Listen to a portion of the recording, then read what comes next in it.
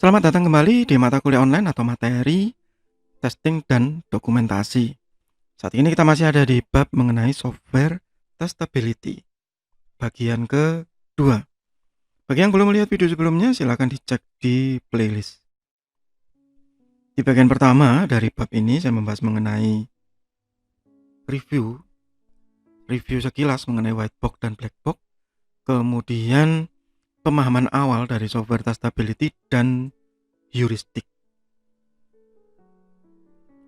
Sekarang kita lanjutkan mengenai heuristik. Heuristik bisa didefinisikan sebagai a common sense rule or set of rule intended to increase the probability of solving some problem. Ya, kata kuncinya adalah common sense. Jadi ya yang bisa diterima lah begitu. Ya, aturan yang bisa diterima. Makanya yang saya ungkapkan berkali-kali adalah acceptance, ya, penerimaan bahwa software tersebut atau perangkat lunak tersebut layak digunakan. Kalau kita mencari yang sempurna, maka itu akan menjadi sesuatu yang sangat sulit. Ya, sedangkan di sini heuristik pokoknya gimana caranya kita bisa memecahkan masalah itu, ya, profitability di sini dalam artian ya seminimal mungkin effortnya. Ya, kan profit itu kita mengeluarkan biaya serendah-rendahnya, mendapatkan keuntungan sebanyak-banyaknya.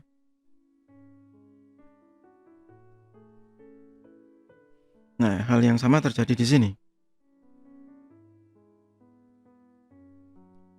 Atau heuristik juga bisa diartikan sebagai dalam ruang lingkup ini ya, experience based technique that help in problem solving, learning and discovery. Jadi jika testernya itu seseorang yang berpengalaman,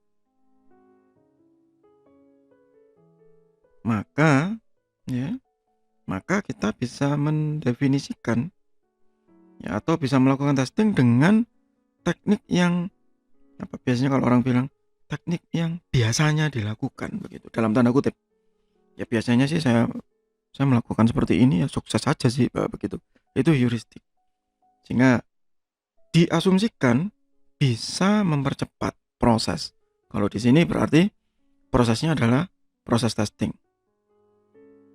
Nanti heuristik ini bisa jadi Anda temui di pembahasan yang lain, misalnya pembahasan di knowledge based system, itu juga ada heuristic search begitu misalnya. Ya.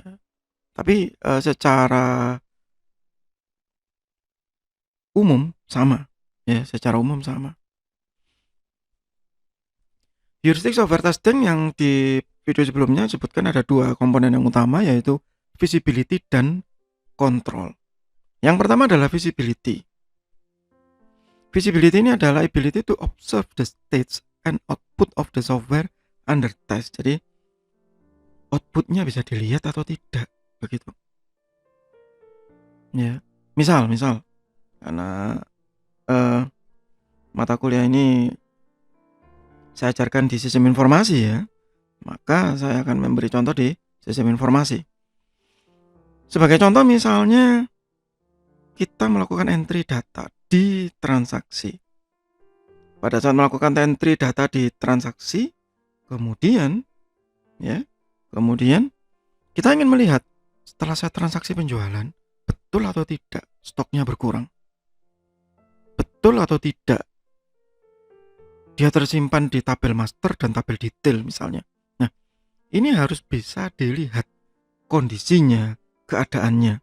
Kalau itu black box testing, maka seharusnya ini kita bisa melihat dari report, dari laporan. Oh, ada laporan penjualan. Oh, ada view stok yang menunjukkan bahwa tadi sebelum saya melakukan transaksi, stok awalnya itu ada 100 misalnya. Setelah saya melakukan transaksi sebanyak ini, maka stok awalnya berkurang 10. Oke, benar. Nah, ada modulnya. Itu kalau black box. Kalau programmer yang di apa namanya? White box testing misalnya, mungkin begitu kita bisa melihat dari database-nya. Kita memiliki akses ke tabelnya, kita memiliki akses ke dalam listing programnya dan melihat, oh di sini ternyata menguranginya. Oh iya benar. Kalau ini dibuat itemnya ada 1, dia betul. Kalau itemnya saya maksimalkan misalnya sampai 100, dia tetap benar misalnya begitu. Nah, itu visibility. Tetapi ingat, ada beberapa yang menyembunyikan. Ya, saya masih ingat ada salah satu software gitu, mobile software. Itu ada salah satu mahasiswa yang melakukan testing ke software tersebut, saya tidak menyebutnya. Software tersebut ternyata menggunakan database lokal yang cukup sulit ya untuk dideteksi, karena ternyata database-nya itu bukan database biasa, tetapi database yang formatnya itu teks. Sudah formatnya teks, kemudian terencrypt lagi, sehingga tidak bisa dilihat ini benar atau enggak ya gitu. Dia data yang dientrikan tadi misalnya begitu. Ya, jadi tidak visible begitu. Tidak bisa diobservasi. Nah, itu hal yang cukup sulit ya untuk dilihat, sehingga tidak visible dan tidak mungkin menggunakan heuristik ini. Feature to improve the visibility, access to code tadi sudah saya sebut, atau event logging. Event logging ini setiap ada kesalahan disimpan ada di satu file teks atau di tabel begitu ya. Error detection mechanism ini kalau di white box ya, ataupun di dalam black box ya. Kalau di web itu juga ada ya, di browser Firefox ada Monkey, ada macam-macam ya. Kemudian kalau di Windows misalnya, kalau desktop juga ada begitu ya, semuanya ada. Tetapi ada juga yang disembunyikan ya, termasuk di dalamnya resource monitoring. Ini sudah dalam tanda kutip makan memori berapa begitu. Wah, ternyata dia kalau masuk ke transaksi ini, maka dia sangat rakus ya terhadap memori internal ya, eksternal, terhadap storage ya, temporary yang disimpan sama dia sangat besar begitu ya. Dan bahkan setelah aplikasinya selesai dijalankan juga tetap ada di situ, nah, misalnya gitu.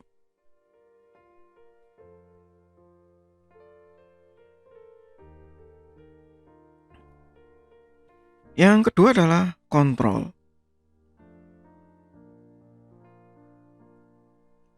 Ability to provide input and read states in the software under test. Nah, ini untuk menginput secara umum ya, dan mencapai kondisi tertentu. Kalau Anda lihat di video saya sebelumnya, maka ada di black box testing yang misalnya boundary value, itu kita melakukan input data dengan kondisi yang ekstrim. Nah, bisa nggak itu dilakukan? Atau belum ngentri aja sudah ditolak dulu, harus begini, harus punya hak akses ini, harus punya ini. Nah, apakah seperti itu atau tidak?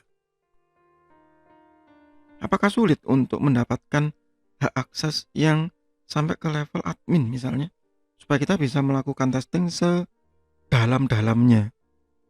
Nah, itu contoh. Ya kan nggak semuanya bisa. Ya, nggak semuanya bisa. Tetapi kalau itu memang bisa, baru kita bisa melaksanakan ini. Tapi kalau nggak bisa ya sulit. Ya. Ada test point ya, ini kalau black box. Ya, kalau black box berarti kita diberi akses khusus begitu. Ada custom user interface control, sama ini kalau black box kita diberi akses khusus juga. Test interface-nya jadi ada memang beda ya, dibedakan dengan user biasa. Fault injection, ya kita bisa kalau white box ini terutama bisa mengganti-ganti nilai variabel yang ada di dalam listing program. Ya, artinya seperti yang saya sebut sebelumnya, ini harus terbuka, ya. Installation and setup, ya kita diberi hak akses yang memang bisa melakukan instalasi secara khusus, ya. Jadi tidak dipersulit begitu. Itu baru kita bisa melakukan heuristik. Sehingga baru kita bisa masuk ke fase testing yang diharapkan, ya. Fase testing yang diharapkan. Mulai dari requirement analysis,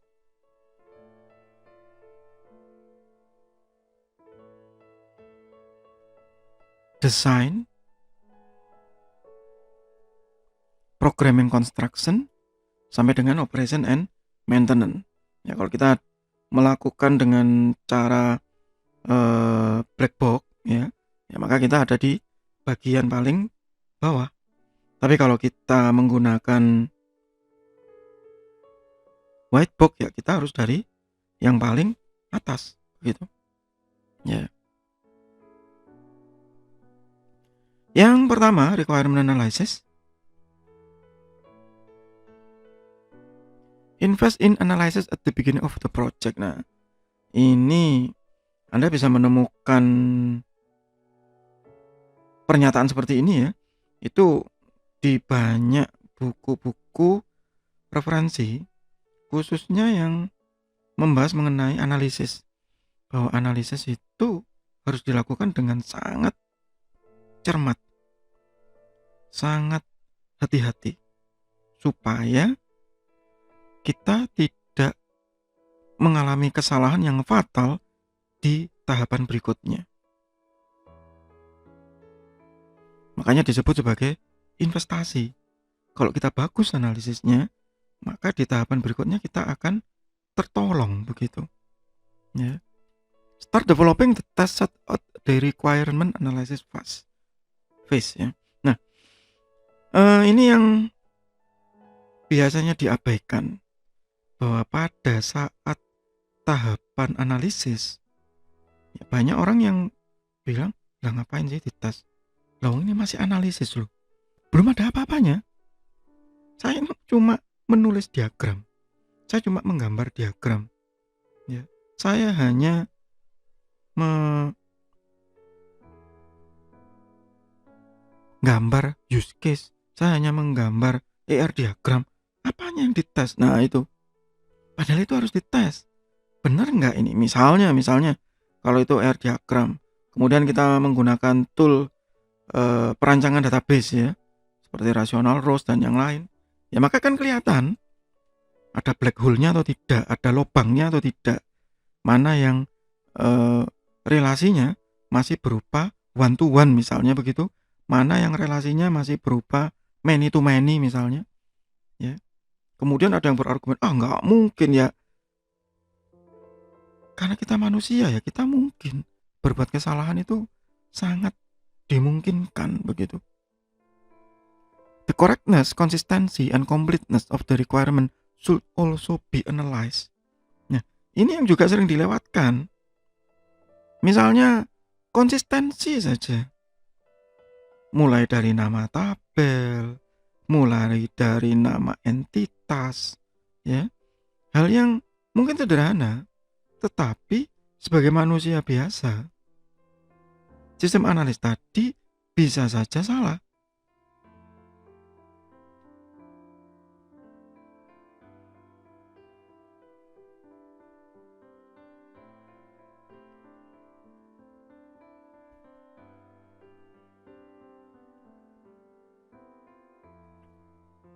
Jadi memang ini satu hal yang penting.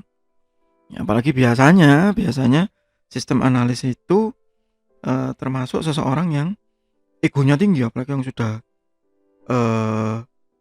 berpengalaman, ya. Langsung defense, langsung bertahan gitu. Duh, saya ini sudah berpengalaman begini. Nah, misalnya begitu. Ya itu yang harus dibuang, ya, egonya harus dibuang. Kenapa ya?